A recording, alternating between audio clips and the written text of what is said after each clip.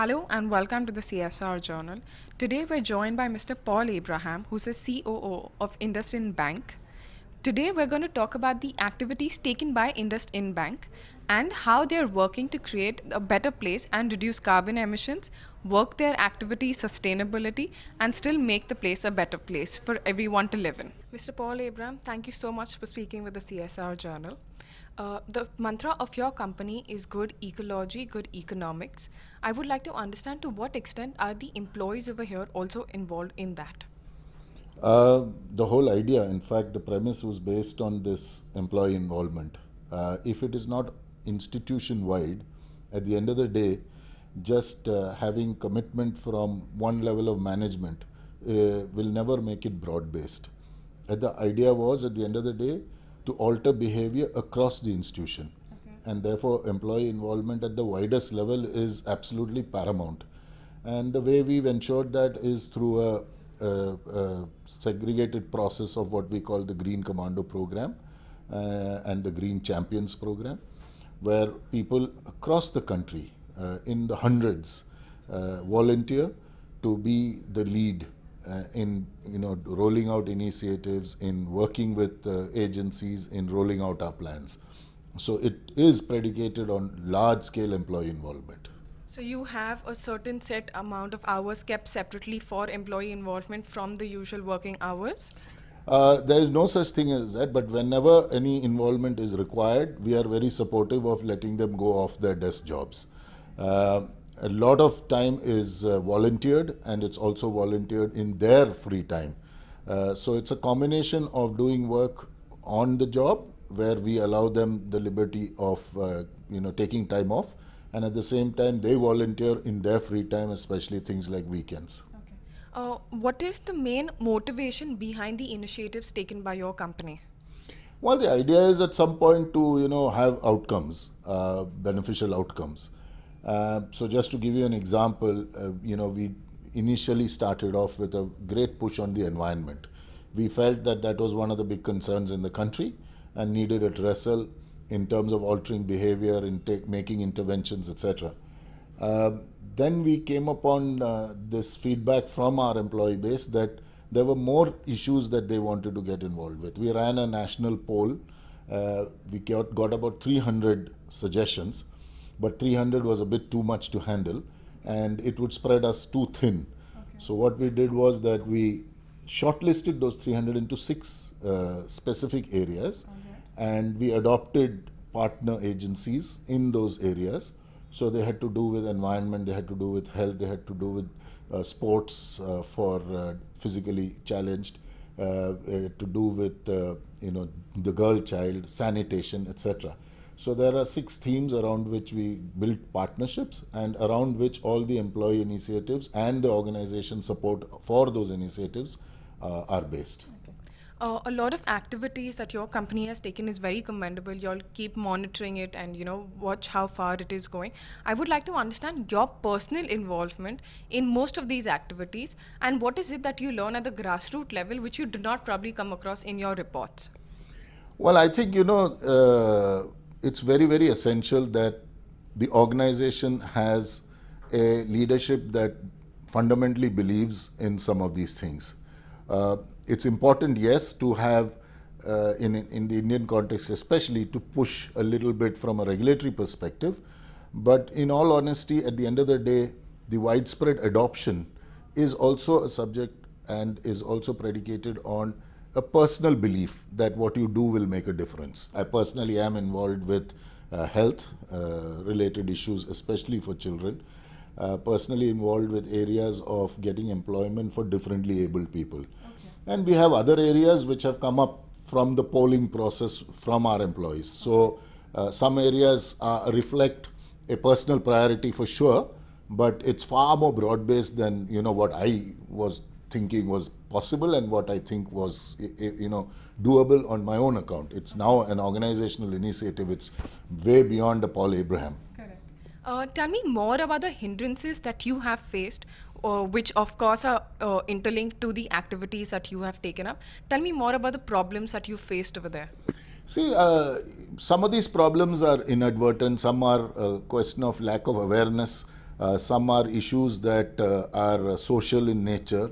So just to give you an example, when we did the Swachh Bharat Abhiyan adoption of schools for building toilets, we started our pilot with the district of Kolhapur.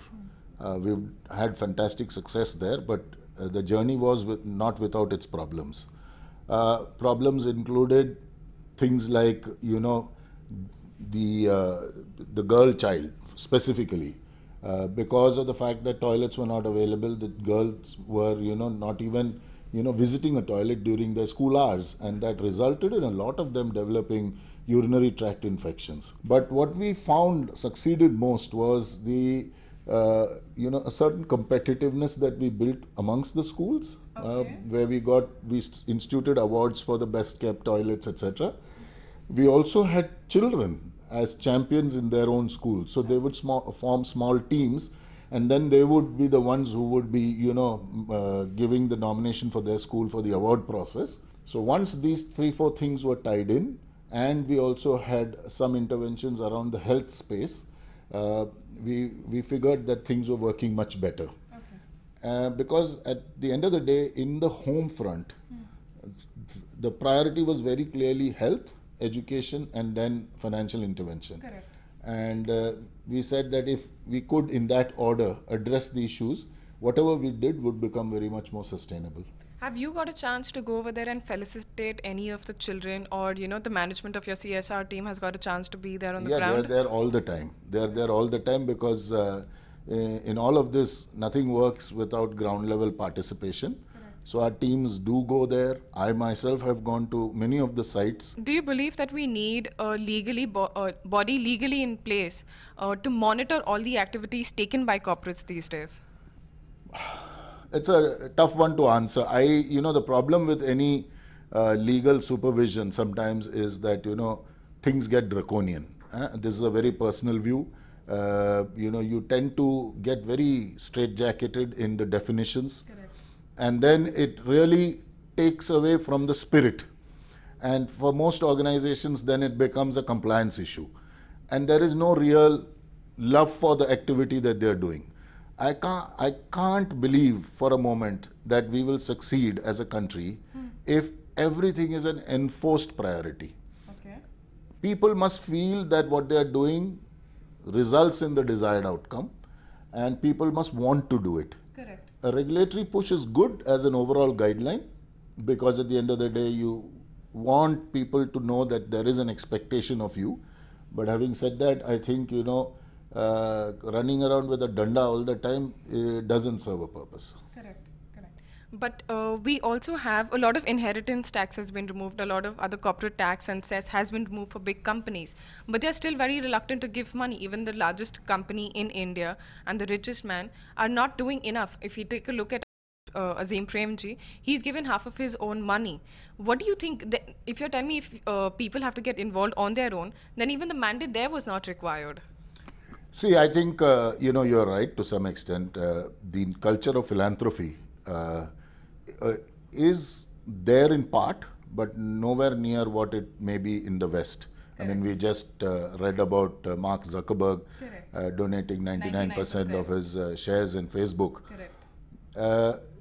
In India, we've always had a tradition of philanthropy, especially some of our large corporate houses, but it's been directed to specific areas like, setting up schools, or setting up a hospital, or setting up, old age homes kind of thing.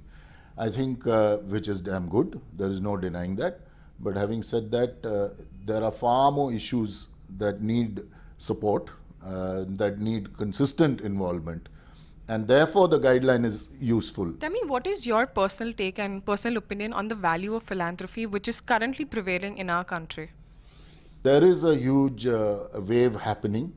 I think what we probably need is a much more structured approach to some of these things, and a certain, greater commitment, which I see coming.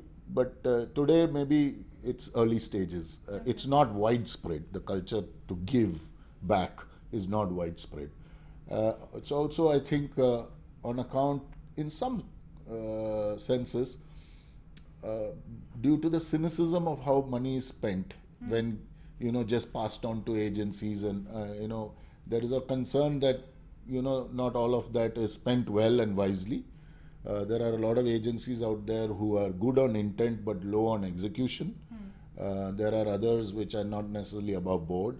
So some of these create a bad taste in the mouth, and therefore people are a little wary. But I think it is changing, and I think it's changing for the better. Okay. You being a bank, there's a lot of turnover profit in your company.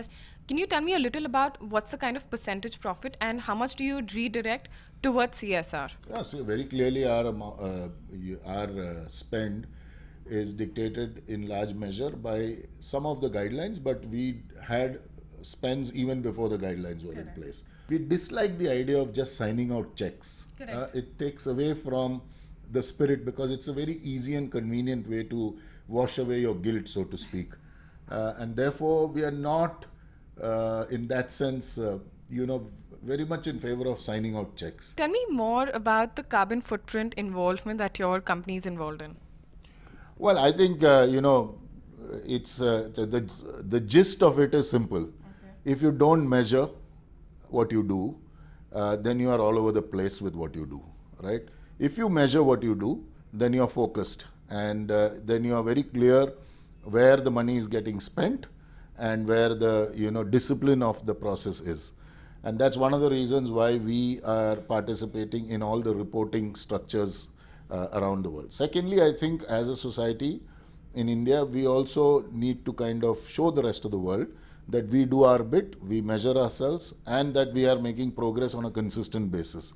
Otherwise, you're open to allegations that, we never fall in line and we are always, the reluctant global citizen, which is not the case. But as a country, I think we still need to accept that you cannot manage what you cannot measure. Okay. So we have a long way to go to go ahead on a global scale, that's one. So keeping that in mind, what do you think we can expect from the CSR regime in India to take things like this forward globally?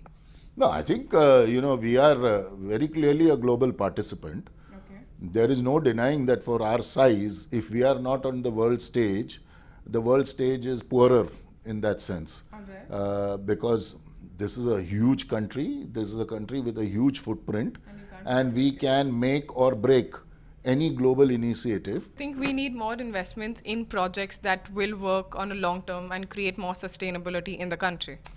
This is not just about spending 1 rupee and running away. It's about spending the rupee, and it is about staying there and making sure that the practices become sustainable, and then local ownership can be handed over, Okay. And people then feel the need, because they also need to see the benefits of consistent engagement. Because once, health is a consistent feature, once cleanliness is a consistent feature, you will see drop in disease, you will see drop in illnesses, and then you will see the impact to people's consumable incomes. And then people will say, oh my God, this was a thing which we should have done. We got a chance to speak with Vidya Balan also, who's a brand ambassador for Swachh Bharat. And she also told us how after this campaign has been initiated, 3 years or 5 years back, people who were not having the toilet talk, they're talking about it now. So we spoke a lot about the menstruation that even children go through. Tell me something about the grassroots level problems that you face, especially with the girl child and sanitation. See, I think the issue really is this, to be very blunt. Some of these things is a simple issue of addressing the problem. In India, we have got vague notions of propriety. Correct. Now, if I have to talk about the girl child, there's always hesitation about talking about the issues. We think it is, embarrassing, it's, yeah. Now, you can't go and, talk about these things in hushed tones and whispers. You have to face it and challenge it head on. Correct. So I think one of those issues is absolutely correct when Vidya Balan says that awareness building is about also direct talk, and you can't be embarrassed and shy about some of these things. So one is awareness building surely. The second is to make sure that, when you are getting engaged, you appreciate the multiple linkages and you address all of them. Otherwise, you will leave behind and half-baked task. Do you think they are losing out on sustainability in the race to become big CSR spenders and just still keep it a transactional relationship with the society? Again, a tough one to answer. I would imagine that a lot of corporates would like to somehow link it to their own activity, fundamentally, so that there is some kind of a stickiness to the activities that they do, right? So, for example, we have a rehabilitation and medical camp program for truck drivers. And the reason for that was that we noticed that a lot of them had health issues, especially because when they were traveling around, they were having unprotected sex in various parts of the country, and some of them have become susceptible and have actually contracted AIDS. So we work with them in some of the transport hubs. What I would certainly like to see is a culture of organizational involvement across the board in the projects that people do, rather than just blindly sign out checks to fulfill a requirement. Correct. Because it's not only everyone out there's problem, it's our problem too, right? And if we're just signing out checks, no one knows what's going on, and therefore no one alters behavior and no one feels ownership. Correct. Did you do anything special for them? Because day before was World AIDS Day. Did you do anything, any activity? It's an ongoing thing that we do. We have camps, we have medical interventions, we have doctors going and attending. We talk about protected sex. To talk a little more about the mandate, do you think it should have just been 2% or a little more, or do you think? And tell me also about the hindrances, the obstacles that you foresee after this has been made mandatory.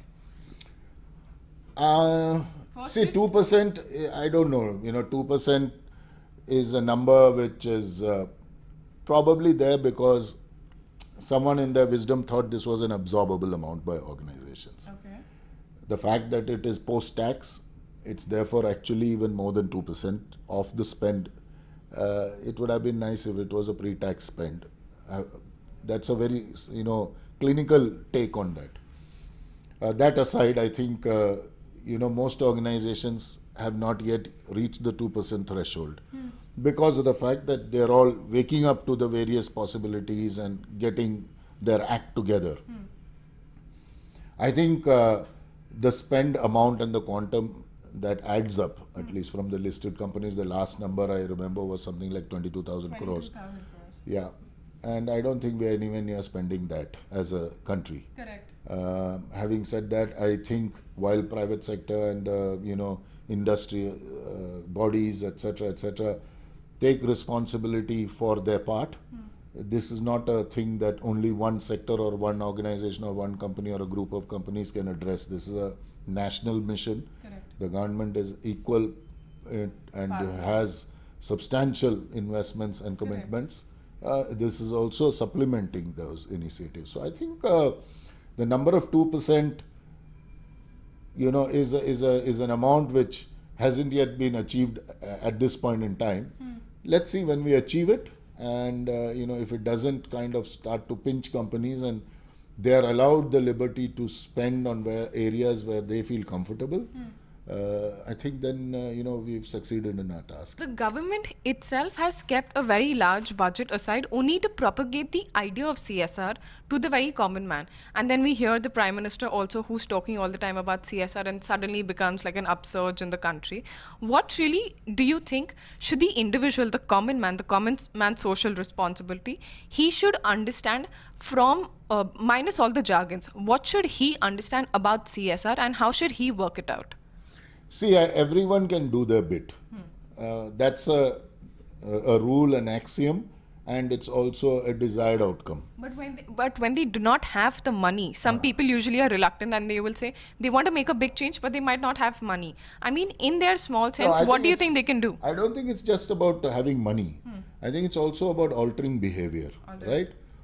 So a simple thing about garbage disposal. All our cities are a mess in terms of garbage.